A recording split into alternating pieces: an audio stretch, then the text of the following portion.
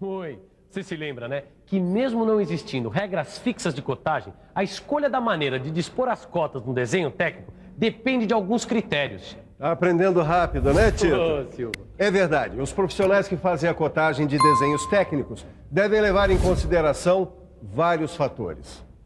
São fatores como a forma da peça, a forma e a localização dos seus elementos, a tecnologia de sua fabricação, isso sem falar na função que essa peça irá desempenhar e a precisão requerida na sua execução e no produto final. Agora tem uma coisa que não dá para esquecer. A cotagem do desenho técnico deve dispensar cálculos para descobrir as medidas fundamentais para a execução da peça. É por isso que nesta teleaula você vai estudar os principais sistemas de cotagem, quer dizer, os modos organizados de estruturar a cotagem completa da peça. Agora vamos logo, que eu não vejo a hora de estudar tudo isso.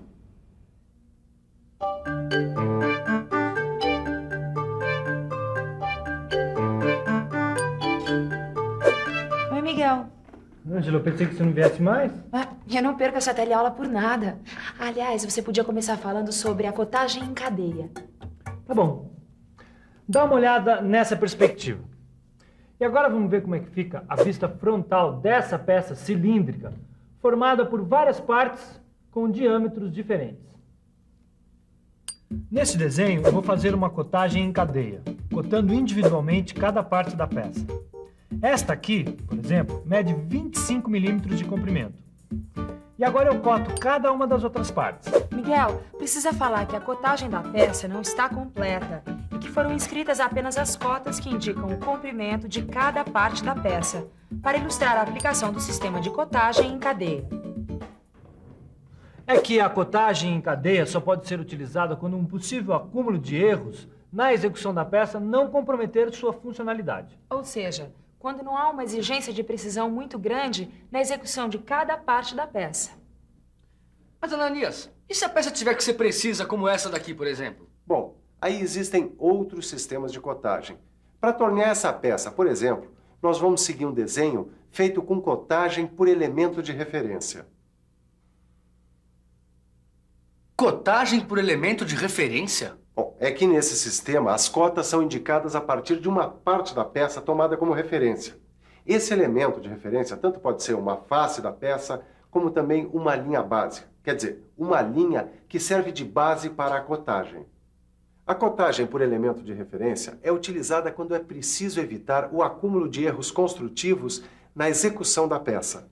No caso desse pino com rebaixo que nós vamos fazer, foi feita a cotagem por face de referência. Dá só uma olhada na vista frontal. A vista frontal traz a cotagem completa. Pelo que eu entendi, a extremidade do corpo do pino foi escolhida como face de referência. E a partir dela foram indicadas as cotas 35 e 45. Caio, você viu que foi prolongada uma linha auxiliar a partir da face de referência tomada como base para indicação das cotas de comprimento 35 e 45? Não só vi, como também reparei que não se usa a expressão face de referência no desenho técnico da peça.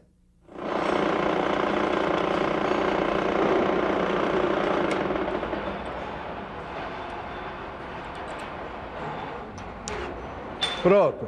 Agora você pode analisar a cotagem da placa com furos com as cotas dispostas por face de referência. Mas para você aprender, preste bastante atenção a essa peça. Bom, mas Silva, pelo que eu tô vendo aqui, a localização dos furos foi determinada a partir de duas faces de referência. Isso mesmo. A partir dessas duas faces de referência é que foram cotadas todas as medidas da peça, tá vendo? Eu estou assim, Aqui está o comprimento, aqui está a altura e aqui a espessura. O diâmetro dos furos é 6 milímetros. Bom, deste lado estão as cotas indicadas a partir da face de referência superior. E aqui as cotas indicadas a partir da face de referência esquerda. Ótimo, garoto. Mas reparem em algumas informações que completam a interpretação da cotagem. Veja a localização do furo da esquerda, fica determinada pelas cotas 10 e 20. A localização do furo central fica determinada pelas cotas 25 e 10. E a localização do furo da direita fica determinada pelas cotas 40 e 20. O tamanho do recorte é dado pelas cotas 50 e 15. E tem um detalhe, a cota 5, além de indicar a espessura da peça, indica também a largura do recorte e a profundidade dos furos passantes. Miguel, agora que o pessoal já entendeu a cotagem por face de referência, você podia falar da cotagem por linha básica. Como bem diz o nome na cotagem por linha básica, as medidas da peça são indicadas a partir das linhas. Mas precisa falar que essas linhas são de diferentes tipos, como as linhas de simetria, as linhas de centro de elementos ou qualquer outro tipo de linha que facilite a interpretação dos procedimentos construtivos da peça. Então vamos lá, eu tenho aqui um ótimo exemplo que vai facilitar o entendimento dessa cotagem. Repare nesta peça representada em perspectiva cotada. E veja ao lado que na vista frontal estão representadas apenas as cotas indicadas a partir da linha básica vertical, apontada na perspectiva. Essas cotas foram determinadas a partir da linha básica vertical, que não aparece escrita no desenho técnico.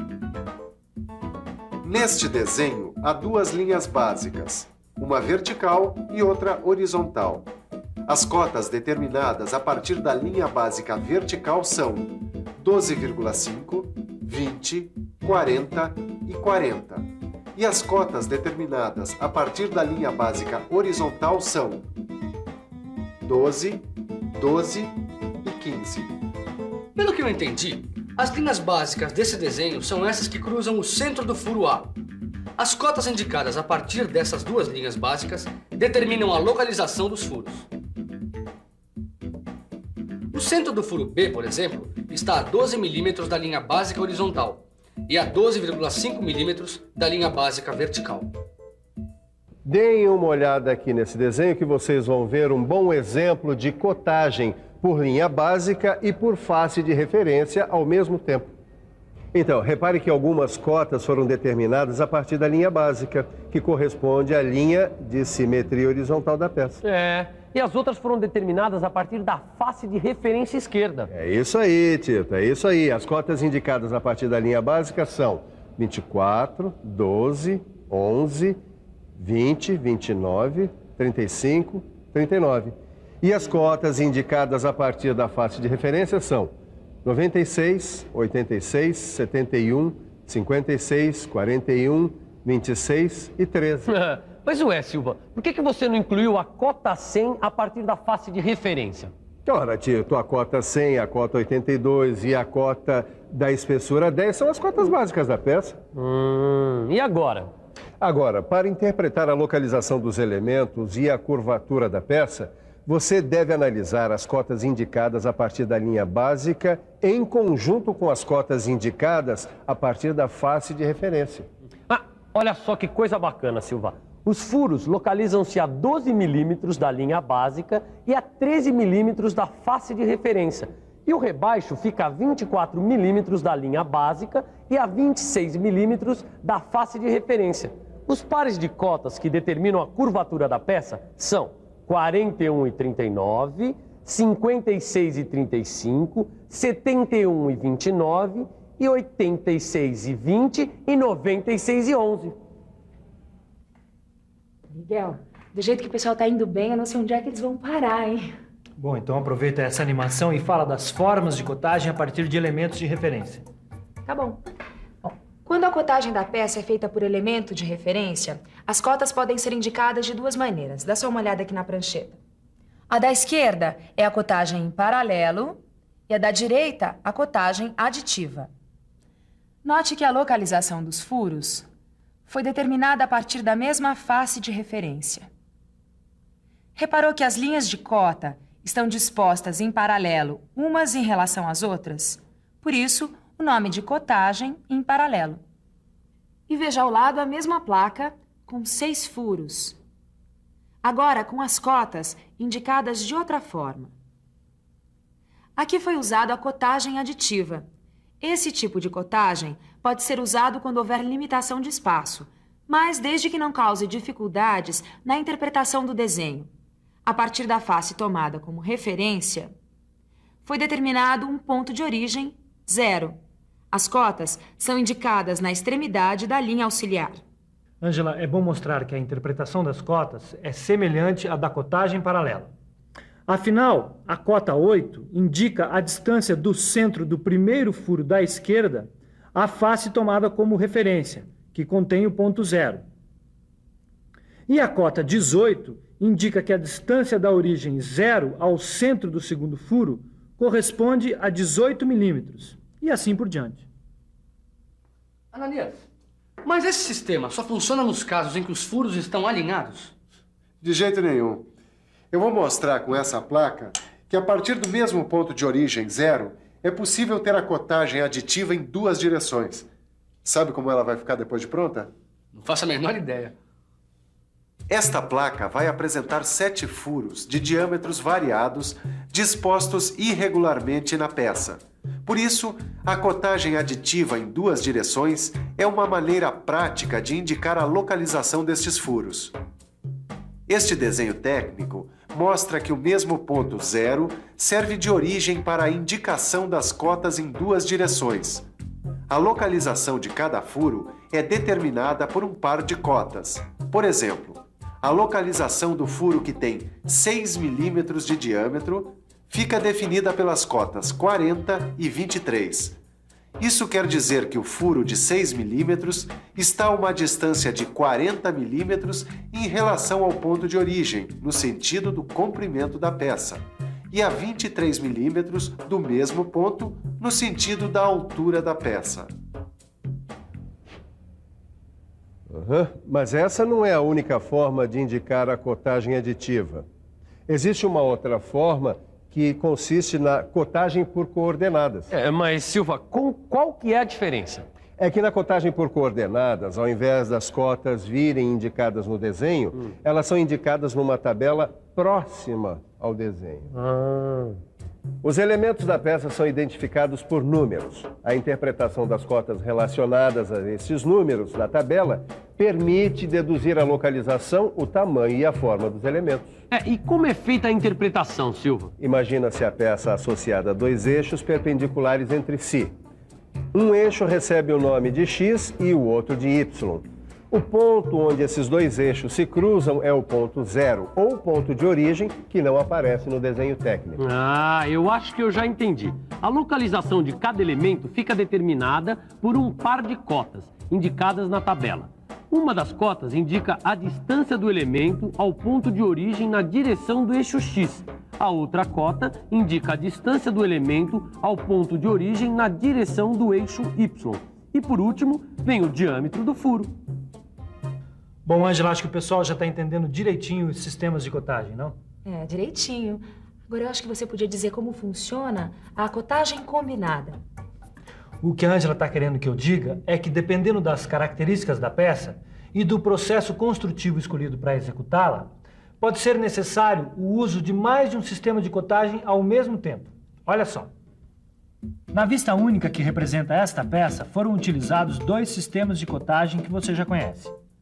O Miguel está querendo mostrar que foram usadas a cotagem por elemento de referência e a cotagem em cadeia. Isto porque esta peça é simétrica horizontal e verticalmente. Para determinar estas cotas, foi escolhida a linha de simetria horizontal como elemento de referência. E uma vez que a peça é simétrica em duas direções, basta cotar a quarta parte da peça. Bom, você sabe que cotas repetitivas podem ser representadas de forma simplificada. Por isso, em vez de escrever 8 vezes a cota 10 em cadeia, estas cotas foram indicadas desta maneira mais prática, onde 10 é o valor da cota, 8 é o número de vezes em que a cota é repetida e 80 é o comprimento total da peça. E aproveitando que para fazer a cotagem combinada você precisa dos outros sistemas de cotagem, que tal revisar essa teleaula? E atenção, se liga aí que é hora da revisão. Na teleaula de hoje, você aprendeu como funcionam os principais sistemas de cotagem. Acompanhou a cotagem em cadeia. Viu como é feita a cotagem por elemento de referência?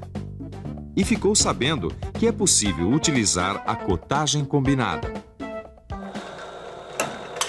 Bom, depois dessa revisão, o melhor sistema de aprendizado é a prática.